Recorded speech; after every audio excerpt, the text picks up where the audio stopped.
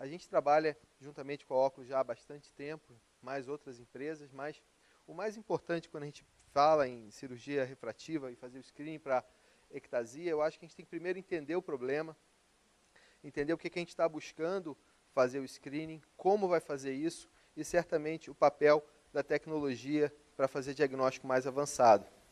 Ectasia foi descrita pela primeira vez em 1998, pós-LASIK, em um paciente dito como forma frustra de ceratocone. Foi um trabalho, é um dos trabalhos mais citados da literatura em oftalmologia, pelo professor Sile, em 1998, e realmente ele traz para a gente algumas informações, porque é um problema relativamente raro, está na ordem de um caso para cada 4.000 hoje, já foi um caso para cada 150, 200, em algumas séries mais antigas, mas hoje é um caso relativamente raro, mas é um problema relativamente grave, que a gente tem que entender que a prevenção é a melhor estratégia. Entender os fatores de risco. Esses fatores de risco começam a ser entendidos se você pensar no pré-operatório. E quando você coloca o pré-operatório, tem 3 palavrinhas aqui que podem ser diferentes. Você falar pré-operatório em relação à doença ectática pré-operatório ou pré-operatório com uma topografia alterada. São 2 coisas diferentes. Existem topografias alteradas que não são doenças ectásicas. Outras questões do pré-operatório, a idade do paciente, a paquimetria mais baixa. A gente sabe que tem córnea fina que não tem doença e tem córnea até relativamente grossa que tem doença. A questão da quantidade de tecido que você vai alterar. Excesso de laser, não só em altas correções, como múltiplos retratamentos. Se o flap é mais grosso, de alguma forma o flap e ou a ablação fazer o leito residual ser menor do que pode ser alterado. E no passado, quando você tinha zonas ópticas pequenas, a zona óptica pequena fazia um fator de risco. O que é relativamente paradoxal, porque quando você trata menos zona óptica, você tem menos tecido alterado. Mas tem um trabalho bem interessante do Carlos Argento que mostra que a zona óptica pequena é um fator de risco para ectasia. E a prevenção, ela é relativamente ligada a entender os fatores de risco, sabendo que eventualmente 20% dos casos que não têm fatores de risco têm o screening, vão ter ectasia, e vão ter casos com fatores de risco que têm casos estáveis. Então, isso faz com que a gente tenha que ir além. Quando a gente fala ir além, é sem falar que não precisa mais do que já tem, mas ir além do que já tem, principalmente a topografia e a paquimetria. E esses fatores de risco a gente divide em 2, os do paciente e os da cirurgia. E a patofisiologia da ectasia, ela tem a ver com 2 coisas. Ou o paciente tem uma doença no pré-operatório, ou uma cirurgia que enfraqueceu muito. O conceito talvez mais importante que a gente traz é que a biomecânica da córnea pode ser alterada em qualquer paciente.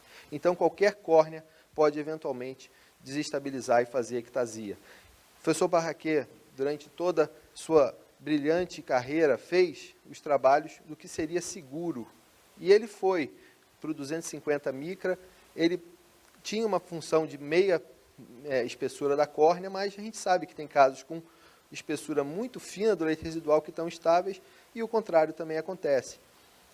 Nesse trabalho, foi a primeira publicação em 2001, a gente mostrou que realmente a identificação do pré-operatório e em relação a 250 micra, a gente propunha mais do que meia espessura da córnea central.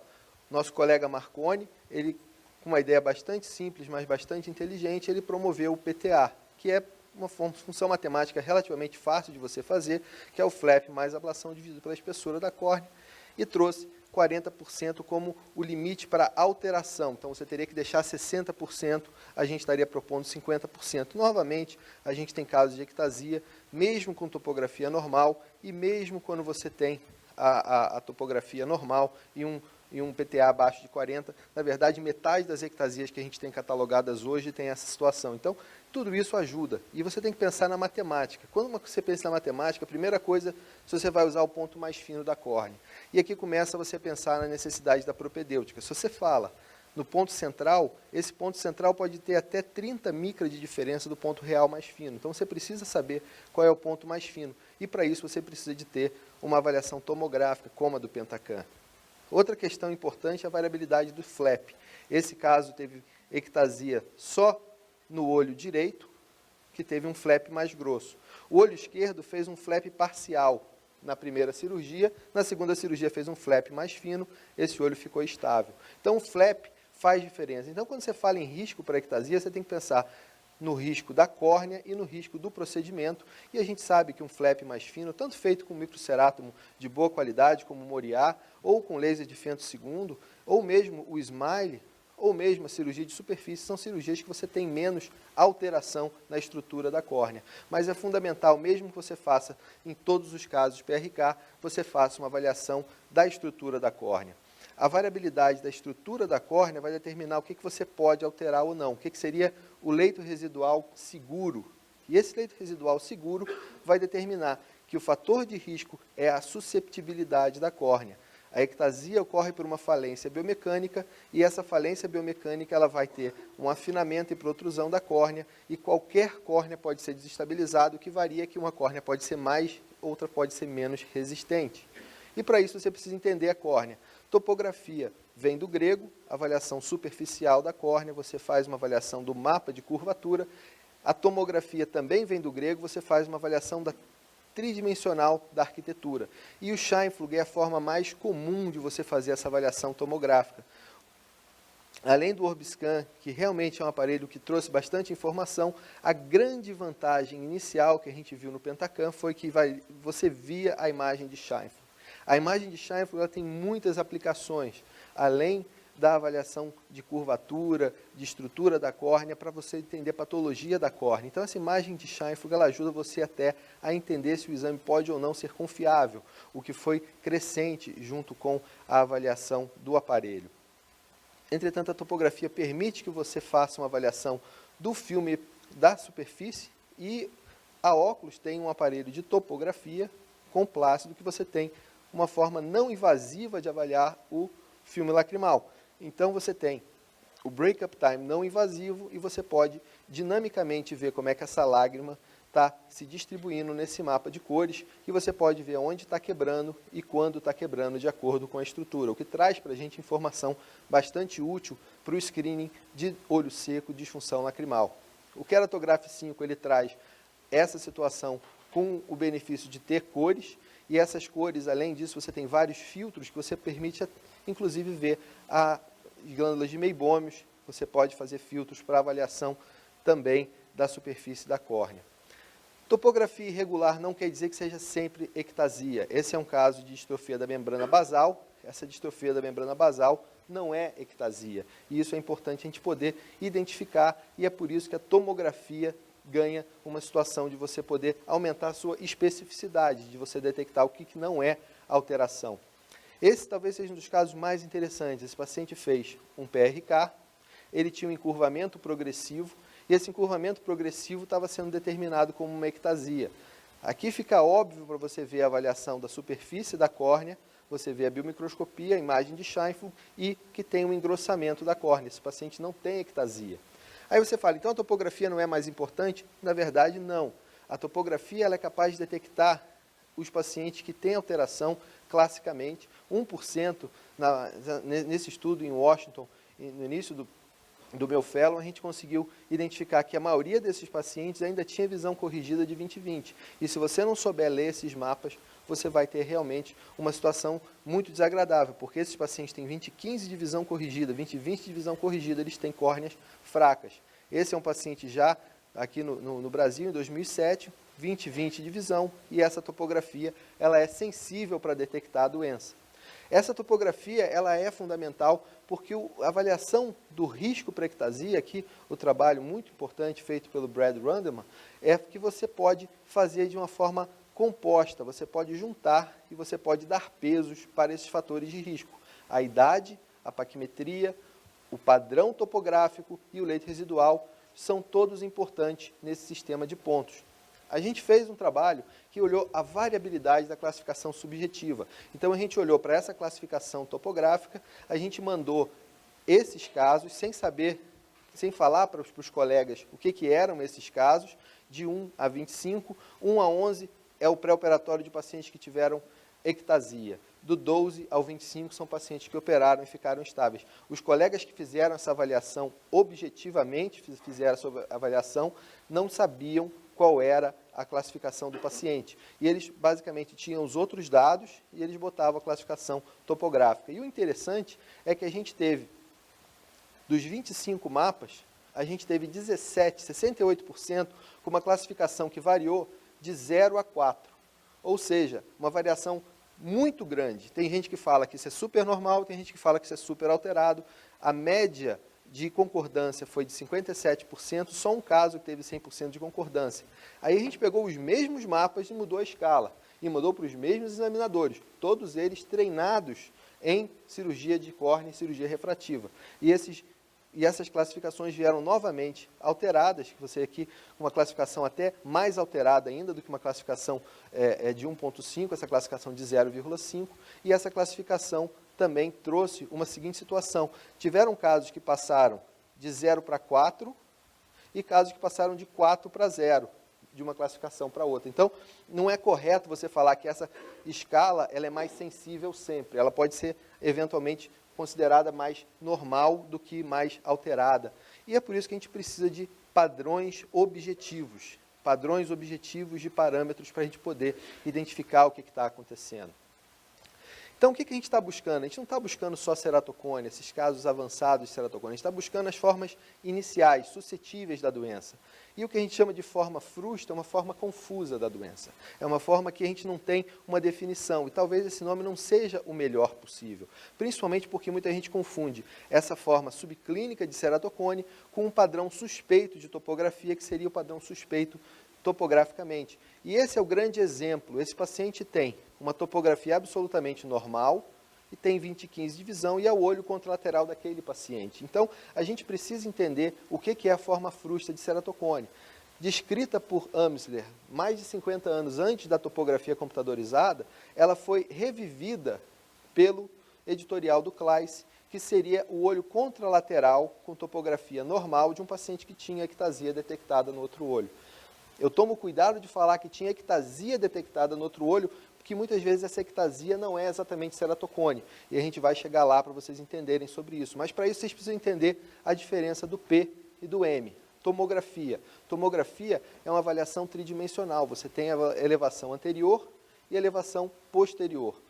A imagem de Scheinfeld ela é capaz de dar para a gente essa avaliação tomográfica. Isso aumenta a amplitude de foco e permite, com esse sistema de triangulação que você tem da lente, da imagem e do sistema do objeto, você vai ter uma capacidade de identificar melhor. Isso você pode fazer na lâmpada de fenda e certamente é essa informação que você vai analisar com a tomografia. Essa é uma imagem antiga do Belling que você tem, o DSEC, que você tem duas situações interessantes. E quando você melhora a limitação do ED, de identificar o que é córnea, você vai treinando cada vez mais o aparelho para identificar o que é córnea, o que é humor aquoso, para aumentar a nossa capacidade de usar o aparelho. O que é o Pentacam? O Pentacam é uma família de aparelhos, você tem o Oculizer, junto com o Pentacam, que fazem essa avaliação da córnea, do segmento anterior, para dar essa grande quantidade de mapas. E quando você faz isso, você precisa entender de uma forma objetiva como é que você vai usar essa tecnologia para o seu dia a dia. Você tem mapas de curvatura tangencial e curvatura sagital, tanto da face anterior como da face posterior, e você tem que entender um pouco se você quer mapas mais sensíveis ou mapas com mais suavização. E essa situação geométrica para você entender que você tem um eixo, ou então se você vai ver ponto a ponto em relação ao raio de curvatura. Todos esses mapas vão ser influenciados pelas cores. Essas cores, elas podem ter padrões de variação do intervalo entre as cores, da cor mais fria e da cor mais quente. A gente fez uma proposta de uma escala de cores, tanto para a curvatura como para a paquimetria. E isso ajuda a gente a melhorar no contraste, você ter cores mais quentes além do vermelho e até mais frias além do azul. Isso com base em estudos estatísticos, a distribuição da população normal, para você ver o padrão de corte e o ponto de doença. O mapa de paquimetria, por exemplo, você tem a média de 550 com desvio padrão de 30, e um melhor número que separa o normal de ceratocone seria em torno de 500. Para separar normal de Fuchs, seria em torno de 600. Mas olha que interessante, você tem aqui pacientes com ceratocone com espessuras relativamente bem normais. E tem pacientes também com Fuchs, que tem espessuras até relativamente baixas. Mas você tem que entender que o melhor ponto de corte é 601. E aí você tem essas curvas, que é a curva de ROC, a Receiver Operating Characteristics Curve, que você faz uma curva que você vai vendo para cada ponto, você vai vendo a sensibilidade e a especificidade. Quanto maior essa curva, em relação a esse ponto, se aproximando daqui de um L invertido, melhora a capacidade, ou seja, mais sensibilidade, mais especificidade. Então, a gente melhorou essa escala para você ter uma estratégia de separação entre o 500 e entre os 600 para você facilitar a identificação. E aqui você tem uma córnea fina e uma córnea, que eu digo, afinada. Isso é importante para entender porque você consegue correlacionar isso com os gráficos que a gente já vai descrever. Em relação à curvatura, o melhor ponto de corte para doença, aqui olhos bem normais e olhos com ceratocone, seria 48. Então, 48 seria um valor que a gente coloca de uma forma mais estratégica do que a escala que seria, vamos dizer assim, o nosso benchmark, que seria a melhor escala até então, você coloca o 48 de uma forma mais estratégica para você poder melhorar a separação. E aqui você vê um exemplo de um paciente na escala do Smollett Class e aqui na nossa escala que você vê um pouco mais de detalhe. E esse D que aparece aqui é uma normalidade, esse paciente tem ectasia no outro olho. Os mapas de elevação é um tema que o Michael Belling é a pessoa que tem mais propriedade para falar isso no mundo. O registro da elevação deve ser feito com uma referência, e essa referência vai dizer o que está acima e abaixo dessa referência, e esses mapas vão ser importantes para você identificar. O ponto mais importante que eu sempre chamo a atenção quando eu falo de elevação é você entender que você deve colocar um limite para a área que você está calculando o Best Fit Sphere. Se você usa 9, se você usa 12, você vai ter mapas bem diferentes para representar a mesma córnea. Uma grande questão se era Best Fit Sphere ou Toric Ellipsoid, que é exatamente a representação geométrica que você está mudando, é que as duas formas funcionam, só que o valor de corte para o ponto mais fino, para a elevação no ponto mais fino, para o Best Fit Sphere é 19, para o Toric Ellipsoid é 12, porque você bota mais matemática para você encaixar aquela esfera na córnea e você tem mais capacidade de identificar similaridade com a córnea e com a medida. Então, se você pega um paciente com cone leve, o Best Fit Sphere facilita a identificação da normalidade do que o Toric Ellipsoid. E muitas vezes esse valor pode cair abaixo daquele ponto de corte, e aí vem a vantagem do Best Fit Sphere, na minha opinião. Belling vai certamente estar estressando a grande importância dessa elevação avançada, que você tem uma zona de exclusão, e essa zona de exclusão magnifica as alterações que você vai ter. Se você tem uma córnea normal, a diferença nessa zona de exclusão ela vai ser mínima. Se você tem uma córnea com protrusão nessa área de exclusão, essa área protrusa a mais vai aparecer, e isso você tem padrões de normalidade, tanto para a face anterior como para a face posterior, que facilitam muito, de forma visível, o mapa. Em relação ao mapa de espessura, a gente tem o ponto mais fino, melhor do que o ponto central. Só isso já é um argumento suficiente para você identificar que o ponto central não é o suficiente. Quando você pergunta para uma pessoa, por que você está então fazendo a tomografia? Essa é uma informação importante, porque o ponto mais fino, independente do tomógrafo que você tem, é melhor do que o ponto central para detectar ceratocone. Isso é estatisticamente superior, apesar de você não ter um aumento tão grande, mas você tem um aumento significante. A grande questão que a gente conseguiu identificar é que existe um padrão de aumento. Esse padrão de aumento, a córnea fina normal, ela vai aumentando de espessura para a periferia em relação à diferença de uma córnea afinada com a mesma espessura, mas que aumenta para a periferia de forma mais abrupta. Aí você tem círculos concêntricos no ponto mais fino, que você vai determinar como é que essa córnea engrossa para a periferia, e isso tem uma relação com a normalidade. Obviamente, se você vê 3 córneas na imagem de Scheinflug, você não vê muita diferença, mas uma córnea normal, uma córnea com ceratocone leve e uma córnea com Fuchs inicial podem ser identificadas facilmente se você olhar esses gráficos. E, novamente, os padrões de cores não são muito diferentes. Então, a gente precisa de parâmetros clínicos, a gente precisa de definir o normal e a doença para fazer esses estudos estatísticos. Esses estudos estatísticos, quando você olha para o D, é o padrão mais importante de diagnóstico. Então, aqui tem um exemplo, um paciente que tem uma curvatura normal, o outro olho com ceratocone, na verdade com ectasia, e o outro, o olho direito, mostra que ele tem, na verdade, uma forma subclínica de ceratocone que é detectável na tomografia. Esse olho direito é uma forma suscetível, que não tem doença ainda, mas já tem avaliação tomográfica detectável. E, obviamente, o olho contralateral tem alteração maior. Um estudo mais amplo, com 241 pacientes com essa forma subclínica, com o olho normal, enquanto o outro olho tinha ectasia, a gente vê que existe realmente uma grande similaridade desses olhos na nível de curvatura, o IHD, que é um índice de curvatura. Quando você olha para o ART máximo, que é o padrão relacionado da tomografia para o ponto mais fino, você tem uma diferença grande, mas aqui uma grande interseção, que a gente chama de overlap. E essa interseção diminui quando você vai para o BED-D e pode diminuir ainda mais se você fizer índices mais avançados. E é o que a gente trabalha muito hoje para identificar esses olhos de forma mais alterada do que você consegue no BED-D. E essa situação certamente vai vir como benefício do display do Pentacam.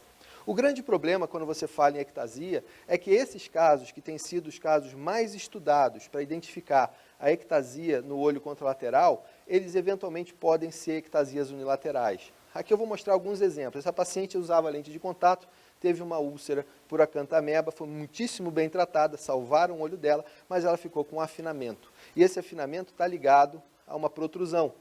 Esse afinamento com protrusão aconteceu só no olho direito. O olho esquerdo é absolutamente normal. Ela não tem doença no olho esquerdo. O que ela tem é uma ectasia unilateral. O olho esquerdo é tomograficamente normal, enquanto que o olho direito tem uma ectasia. Ela não tem ceratocone, ela tem ectasia. Isso pode acontecer naturalmente, se o cara coçar muito o olho. Poucas coisas são 100% de concordância entre especialistas. 100% de concordância que coçar o olho está diretamente relacionado com ectasia, tanto com o agravamento como com o aparecimento da doença. E também é consenso que ceratocone unilateral não existe, e também é consenso que ectasia secundária por um processo mecânico pode acontecer num olho só. Então, acabou que aqueles casos assimétricos não são os ideais. O que a gente então está buscando? A gente está buscando casos leves, casos contralaterais. E esses pacientes, eventualmente, têm uma evolução natural. Se você olhar na clínica do dia a dia, 2004 e 2008, esse paciente teve uma evolução para ceratocone natural. Isso é suscetibilidade. Nesse caso aqui, um paciente que operou só um olho, teve ectasia, o outro olho não foi operado. O outro olho não operado tem suscetibilidade. Então, essa suscetibilidade que a gente está buscando, o melhor grupo são os pacientes que fizeram LASIK, que desenvolveram ectasia, e você tem uma avaliação tomográfica para você olhar e fazer essa avaliação retrospectiva. Então, novamente, ectasia pode acontecer em qualquer córnea, e você depende do que você vai alterar a córnea para você ter ectasia. E nesse caso, por exemplo, você tem uma topografia relativamente normal, obviamente aparece chifre na cabeça de cavalo, depois que você sabe que tem ectasia, todo mundo vai falar isso aqui é patognomônico de ectasia, nunca poderia ter operado, mas fica mais fácil de você identificar na avaliação tomográfica. E esses seriam números que a gente coloca como guidelines, mas esses números não são ideais, não são próximos dos ideais. Nesse trabalho que a gente fez, a gente pegou olhos estáveis e comparou com olhos com doença. Os primeiros 23 olhos, a gente fez um algoritmo que considerou o RSB, o leito residual, o BED-D e a idade. E esse algoritmo, ele traz algumas informações, porque você pode calcular o risco, que seria aceitável, que seria abaixo dessa linha, então você bota esse risco de 6,45%, para esse caso de 28 anos com 0,43, precisaria desse leito residual. Se você pega uma outra situação, você pega 25 anos com 1,16, você precisaria de 385. Então, você vê se o paciente é ou não é um candidato para cirurgia. Expandindo o número de olhos com ectasia que a gente tinha o diagnóstico pré-operatório, a gente vê que a capacidade desse tipo de algoritmo não é tão boa, então a gente tem que melhorar mais. E aí você tendo aqui 60 olhos, agora com 115 olhos, a gente tem capacidade de identificar melhor. Novamente, o D é o melhor parâmetro, mas ele não é ideal. Por quê? Porque a sensibilidade dele tem muito caso que ainda não pegou, e a especificidade dele também não é tão boa. Então a gente precisa de ir além.